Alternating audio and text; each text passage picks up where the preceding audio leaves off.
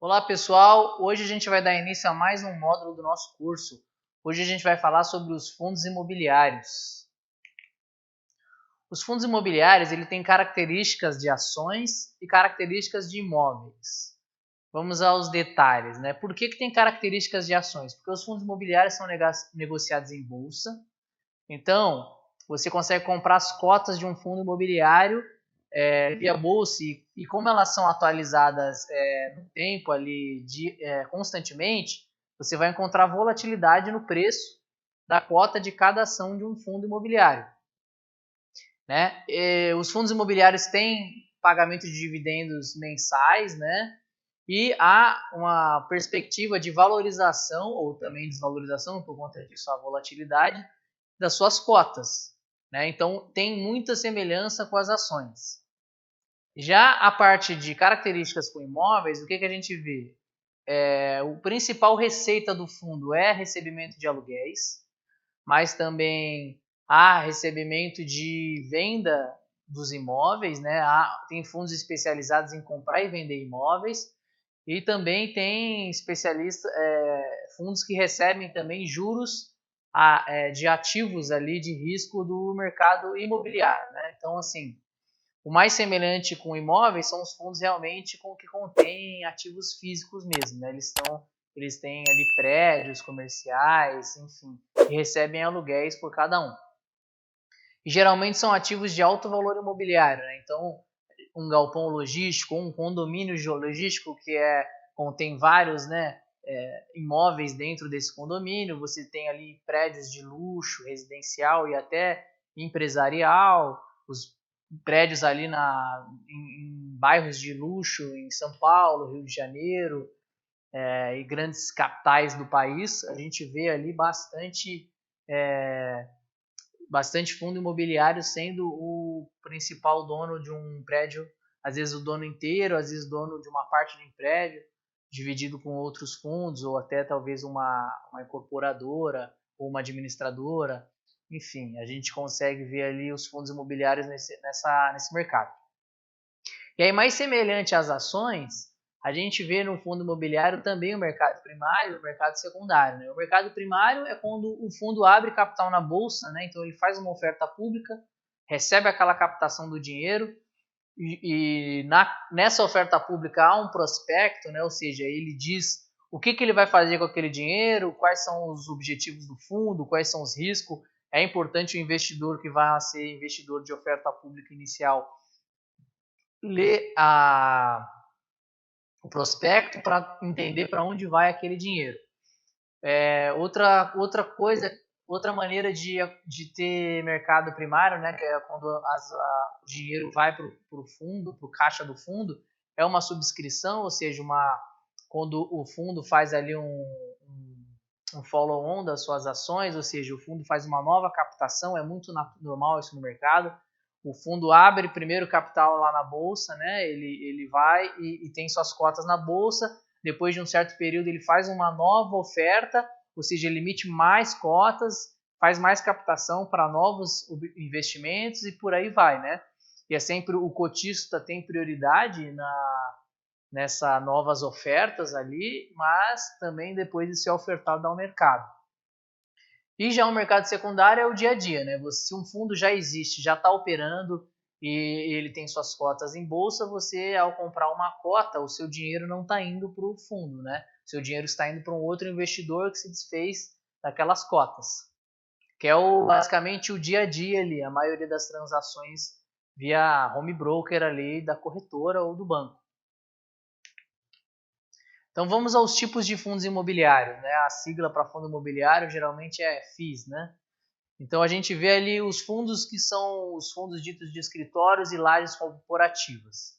Aqui a gente tem o exemplo da Torre do Rio Sul, que fica em Botafogo, né? Um bairro nobre da cidade de São Paulo, da cidade do Rio de Janeiro.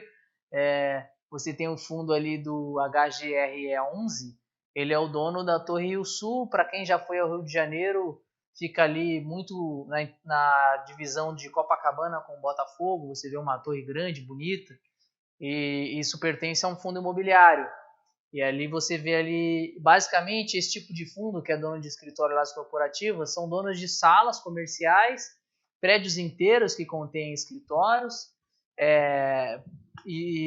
basicamente, esse é o foco do prédio, né? Ali a gente tem outro tipo de fundo que é o logístico e industrial. Então eles são donos de galpões logísticos, são donos de condomínios logísticos, são donos de fábricas, depósitos, algo mais ligado à indústria, né? Aqui a gente tem um exemplo do fundo HGLG11, é um fundo de logística. Esse é um galpão na foto que fica em Betim, em Minas Gerais. Geralmente os fundos de logística têm contratos mais longos, né? E contratos atípicos, né? O contrato atípico é um contrato diferenciado, onde o cliente ali, né? O contratante do fundo, por exemplo, a empresa que está lá contratando o fundo para ter um armazém lá, um galpão. Por exemplo, a Ambev. A gente tem alguns fundos aí imobiliários que são donos de galpões logísticos da Ambev. A Ambev tem um contrato, geralmente acima de 10 anos de uso, e se ela quiser romper esse contrato, ela vai pagar uma multa, que geralmente equivale a pagar até o final dos 10 anos. É um contrato já mais bem rigoroso, protege bastante os cotistas, então é muito comum e muito legal ver esse tipo de contrato, né, porque dá mais segurança e estabilidade ao cotista. E aí a gente vê fundos de shopping e varejo, né? Então você vai ver fundos que são donos de um shopping ou até vários shoppings. A gente tem exemplos aí de fundos que têm uma carteira grande de shopping, a gente tem fundos que são donos parcialmente de um shopping, enquanto outros fundos dividindo com outros fundos ou também com empresas, né, que fazem esse tipo de serviço. A gente tem ali fundos que são donos de lojas e prédios comerciais. Muitas vezes não é um shopping, né, mas prédios comerciais seriam, por exemplo, os imóveis referentes a supermercados, né, Pão de Açúcar, Carrefour. Esses grandes varejistas muitas vezes alugam um imóvel, ou grandes varejistas também na parte de vestuário, as lojas Renner, C&A, você vai ver diversos ali Americanas, não só supermercados, mas assim, são imóveis mais focados para o varejo. A gente vê hospitais também. No Brasil a gente não tem muitos fundos, né? Você fazendo uma pesquisa, você vai encontrar apenas 5 opções de fundos imobiliários que têm hospitais como ativo nos seus imóveis, mas também tem.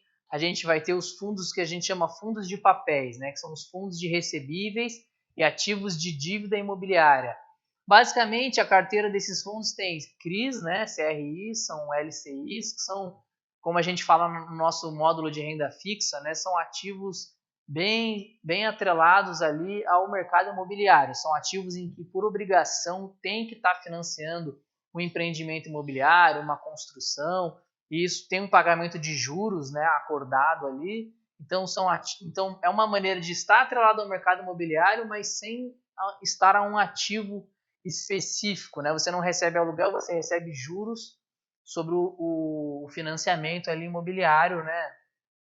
E costumam pagar dividendos elevados, então, porque há boas oportunidades nesse mercado, né? Então você tem ali os gestores especializados em encontrar, quando você é pessoa física, você encontra às vezes uma LCI a uma taxa ali um pouco menor, porque o nosso volume como pessoa física é menor do que um fundo que basicamente é um condomínio de cotistas ali, todos aportando, fica um valor grande, um valor milionário, e isso a mercado, né, consegue captação de boas dívidas com taxas de juros boas, um rating, né, um risco baixo, né, porque são empresas, grandes incorporadoras renomadas, captando ali para poder fazer as suas operações. Ali a gente vai ter agora também fundos educacionais, imobiliários com ativos educacionais, né? Então a gente vai ter imóveis para universidades e centros educacionais, ou seja, grandes redes de escola. Aqui no exemplo da foto a gente vê o IBMEC do Rio de Janeiro, que está no fundo HGRU11, né? E os FIIs de desenvolvimento são os FIIs com foco em empreendimentos para posterior venda, né? Então basicamente é quase uma incorporadora, uma construtora. Qual que é a diferença, né? A diferença é que uma construtora geralmente opera alavancada, ou seja, ela faz uma grande dívida, né? E vai lá e faz a operação e depois vende os imóveis, os apartamentos, as salas, enfim. Já esses FIIs de desenvolvimento, não, eles fazem uma captação a mercado, ou seja, não há um credor e sim os cotistas, né, investindo lá, reunindo aquele montante, e aí o gestor vai ser responsável por fazer a incorporação, seja construindo ele diretamente, ou seja, fazendo via terceiros, né, contratando incorporadoras. E geralmente, diferentemente de uma empresa construtora que está na bolsa, os FIIs têm um enorme payout, porque a legislação do fundos imobiliários no Brasil obriga que 95% do lucro, né, de qualquer fundo imobiliário seja distribuído aos seus cotistas. Então, basicamente, o fundo imobiliário tem bons dividendos por conta disso, né? Isso é lei, isso é regra do setor. Então, fundos de desenvolvimento costumam pagar bons dividendos, assim, mais até do que as próprias incorporadoras que estão listadas na bolsa. E aí a gente vê os fundos de fundos, que basicamente são fundos que contêm todos os fundos mencionados ali em diferentes alocações. E aí a vantagem é você diversificar, porque você consegue, por meio às vezes, de um fundo, comprar vários fundos atrelados a diversos setores, né? Porque é uma maneira de diluir o risco, porque muitas vezes você tem o risco do mercado imobiliário, mas você tem o risco de cada setor, né? Você tem o risco do setor industrial, você tem o risco do setor de educação, você tem o risco do setor de saúde. Então, com um fundo de fundos você dilui esse risco, você vai ter vários fundos ali. Você tem uma facilidade operacional, né? Você vai conseguir comprar vários fundos com, às vezes, um montante de capital muito pequeno. Você tem redução de custos operacionais, porque se você compra e vende, você vai pagar imposto sobre isso. Você vai... Muitas vezes tem algumas corretoras que cobram taxa de corretagem, apesar de hoje em dia isso já está sendo muito fácil de encontrar uma corretora que não cobra taxa para investir em fundo imobiliário. Então a gente também tem uma facilidade operacional e outra que tem um profissional ali, é um gestor especializado em fundo imobiliário, o cara faz isso o dia inteiro, todos os dias, tem uma equipe gigante. Então você selecionar, você delegar isso para um profissional também tem a sua vantagem, você vai ter confiança.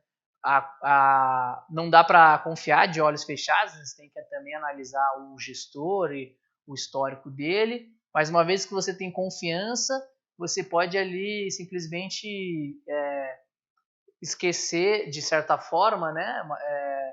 Não precisa ficar acompanhando o mercado imobiliário a todo tempo, porque vai ter um gestor ali selecionando os melhores fundos imobiliários para você, né? Então, e também tem os chamados fundos híbridos, né? Que basicamente ele tem mais de um tipo de fundo, né? Um fundo híbrido é aquele que não é só educacional, não é só desenvolvimento, ele tem mais de um tipo de fundo nele, né? E aí vamos fazer agora uma comparação de fundos imobiliários versus imóveis, né? Porque já que é muito parecido, eu acho interessante a gente fazer essa análise, né? Qual que é a vantagem de você ter um fundo imobiliário em relação ao imóvel? Primeiro, é a diversificação, né? Porque quando você está lá, vou comprar um imóvel de R$1 milhão, você tem 1 milhão concentrado num único imóvel. Por meio de fundo imobiliário, você tem fundos que são monoativos, ou seja, só tem um ativo só, mas tem fundos que têm muitos ativos. Então você consegue diluir o seu risco, né? Porque se você está lá com um imóvel, um apartamento de R$1 milhão e o seu inquilino resolve deixar de pagar o aluguel, se torna inadimplente, ou se ele simplesmente só vai embora, você tem ali todo o trabalho de você arrumar um outro inquilino. Já num fundo, você, além de estar delegando isso para um outro gestor, uma outra pessoa correr atrás de um novo inquilino, tem vários inquilinos, porque são vários ativos, então você dilui seu risco também. Você tem mais liquidez, né? Por exemplo, se você tem esses 100 mil num imóvel e você só precisa de 10 mil, não tem como você vender só uma parte do seu imóvel. Você é obrigado a vender tudo só por causa daqueles 10 mil. Num fundo imobiliário, você consegue selecionar. Estou precisando de 10 mil, você vende só o que você precisa, né? Você tem essa liquidez no mercado muito grande. Para uma pessoa física, né, os fundos ali, a grande maioria rodam na casa dos milhões por dia. Então, isso é bem acessível a uma pessoa física. Você tem custos de transação muito mais baixos, né? Então, ali a gente pode dividir ali em duas grandes coisas. Um imóvel, quando você compra um imóvel, você chega a pagar ali em torno de 6% ali do valor inteiro do imóvel. Né? Tem custo com cartório, imposto da transação, tem custos muito atrelados. No fundo imobiliário, primeiro que o dividendo não tem taxação, ou seja, você tem isenção na tributação sobre dividendo. Já em aluguel, se você fosse declarar, você pagaria, né? Dependendo em que alíquota do imposto você está, você pode chegar até pagar 27,5% sobre os aluguéis recebidos de um imóvel, né? Já no fundo imobiliário você está isento. E em caso de venda, ou seja, isenção dos dividendos. E em caso de venda, você paga 20% sobre o lucro, né? 20% de imposto de renda sobre o lucro, né? Ou seja, você só vai pagar imposto de renda sobre o lucro. Já numa transação de um imóvel físico, você paga sobre o valor total, né? Então você tem uma facilidade ali, uma diminuição de custo. Você tem a gestão profissional, conforme eu mencionei. Você tem um trabalho com o inquilino pode estragar o imóvel, cobrança, inadimplência, troca de inquilino. Já fazendo por meio de fundo imobiliário, você está delegando isso a profissionais, que o foco deles é isso, né? E a remuneração deles é a taxa de administração. Então, basicamente, você consegue não ter esse trabalho, você vai ter ali um rendimento de aluguel sem o trabalho de interação com o inquilino. Você tem a vantagem tributária, conforme eu mencionei, né? E também você tem qualidade dos inquilinos, porque uma coisa é o seu inquilino do seu imóvel, é uma pessoa física, às vezes ela perde o emprego, você não tem tanto acesso às informações dela. Já num fundo imobiliário, os inquilinos geralmente são as melhores empresas do país, que tem ratings de risco totalmente divulgados a mercado, você tem empresas de capital aberto, que você tem total acesso às informações de saúde financeira das empresas. Por exemplo, tem fundo imobiliário, como eu falei, que tem lojas americanas como cliente, Banco do Brasil, Itaú, enfim, são empresas que você sabe que são bons pagadores, né? Então você tem uma certa qualidade que não é fácil de encontrar tendo imóvel você mesmo.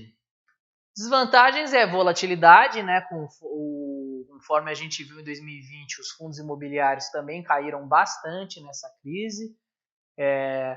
Pode ter sido boas oportunidades para quem estava investigando, ou pode ter assustado muitas vezes, né? Muitas pessoas ali, a gente viu fundos ali que caíram 50%, simplesmente pelo desespero da crise do mercado, muitas vezes até sem fundamento, mas existe o risco.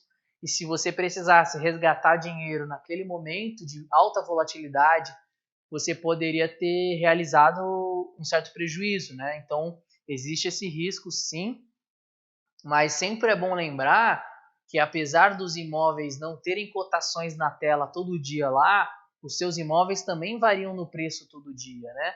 Porque quanto vale o seu imóvel? Você pode até numa corretora de imóveis e ela te falar quanto ela vale, mas se as pessoas do mercado lá, os compradores, não estiverem dispostas a comprar, o seu imóvel não vale exatamente aquilo, né? O seu imóvel não necessariamente vai valer o valor que você pegou. Pode vir uma enchente, estragar o seu imóvel e simplesmente perder valor. A região pode ficar insegura e perder valor. Aquele shopping que ia vir não veio, aquele metrô que ia vir não veio. Então, existe sim risco de... A diferença é que o dono de um imóvel ele não vê, né?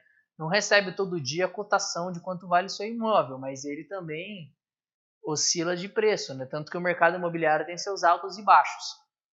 A gente vê ali um risco regulatório no momento, porque há uma conversa em começar a taxar dividendo, há uma conversa também em você, algumas isenções do fundo imobiliário, né, por exemplo, que podem realmente, por exemplo, se você deixa de obrigar, se você começa a taxar o dividendo, com certeza o mercado vai precificar isso, né?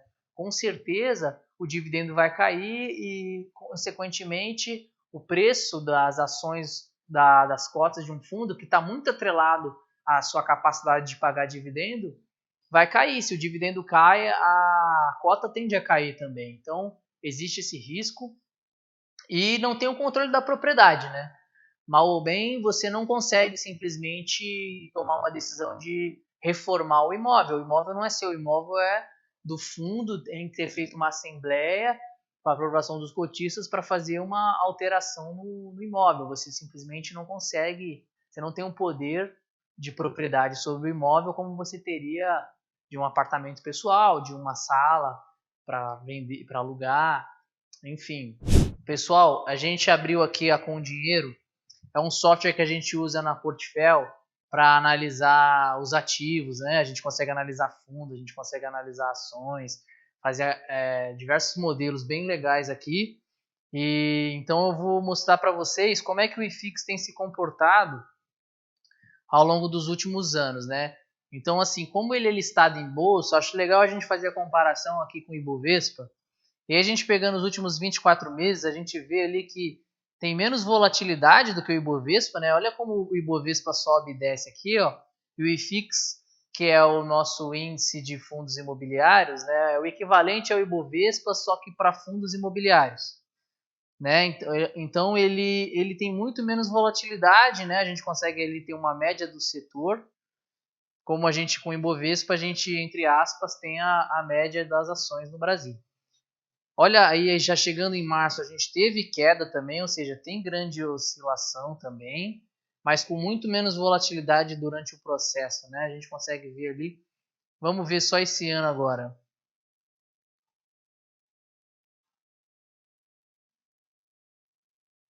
Mudando para só esse ano, a gente vê também um foco aqui na grande queda, né? Ou seja, a pessoa que entrou, vamos botar em retorno acumulado, que a gente consegue ver aqui em termos percentuais. Ou seja, a gente tem uma queda máxima aqui de menos 32% no IFIX, enquanto menos 45% no Ibovespa, né? Então a gente vê o Ibovespa com mais volatilidade e aí no longo prazo, só agora mais recente, porque a gente teve uma grande alta no Ibovespa em novembro, o Ibovespa deu uma passada aqui esse ano, né? Agora, se a gente pegar os últimos 10 anos, que é o valor máximo aqui do IFIX, que quando o IFIX começou dia 30 de dezembro de 2010. Então a gente tem uma certa limitação. Enquanto o Ibovespa a gente tem desde 1968, o IFIX a gente só tem desde 2010. Mas olha que interessante, né? Nos últimos 10 anos o IFIX performou muito mais do que o Ibovespa, né? No auge ali, no final de 2019, ali, quase janeiro já de 2020, a gente vê ali mais ou menos 225% de valorização contra 69% do Ibovespa, né? Então a gente vê ali, aliás, o Ibovespa apanhou muito nesse período de 10 anos, se a gente comparar o CDI aqui, a gente vê que o Ibovespa nesse período foi ingrato até para a renda fixa, né?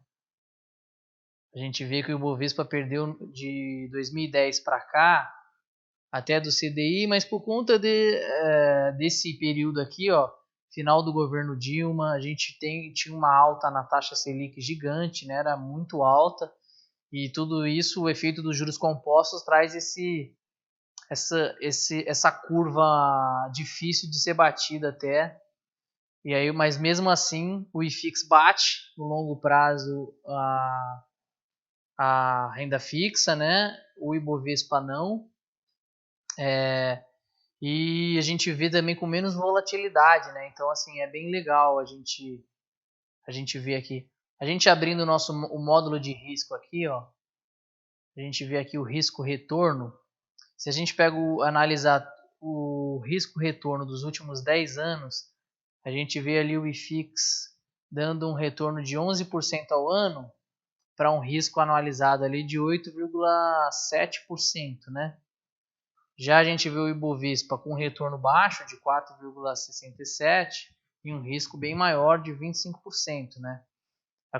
Esse período foi um período assim de crises, principalmente no mercado acionário, por isso que deu uma grande diferença, né? Se a gente fazer aqui só uma defesa, né? Não quer dizer que toda ação é assim, né? Mas em termos de análise de volatilidade, a gente consegue quantificar aqui que em termos de 10 anos o Ibovespa tem muito mais volatilidade do que o IFIX, ou seja, para quem está querendo começar na renda variável, mas ainda está com muito medo, os fundos imobiliários podem sim ser uma boa opção, né? Porque a gente tem um retorno bem legal, bem atrelado aos ativos de renda variável, mas com menos risco do que as próprias ações. Mas vale sempre lembrar que um gestor especializado, né, um gestor ativo, consegue bater o Ibovespa e ganhar da renda fixa, ganhar até do IFIX com folga, né? Tudo isso é um trabalho de uma boa gestão dos ativos e do risco. Pessoal, então a gente queria queria mostrar para vocês ali a diferença, né? Que o fundo imobiliário tem um retorno bem legal, com menos volatilidade do que o Ibovespa, né? Do que as ações. A gente fez ali uma comparação, então só ressaltando, o IFIX é mais ou menos o equivalente do Ibovespa, né? Um fundo ali com vários fundos imobiliários dentro, é um benchmark do setor, né? E no próximo módulo a gente vai ver um pouco mais sobre como avaliar os fundos imobiliários, quais são os principais indicadores, o que a gente tem que estar atento. Obrigado, pessoal, e até a próxima aula.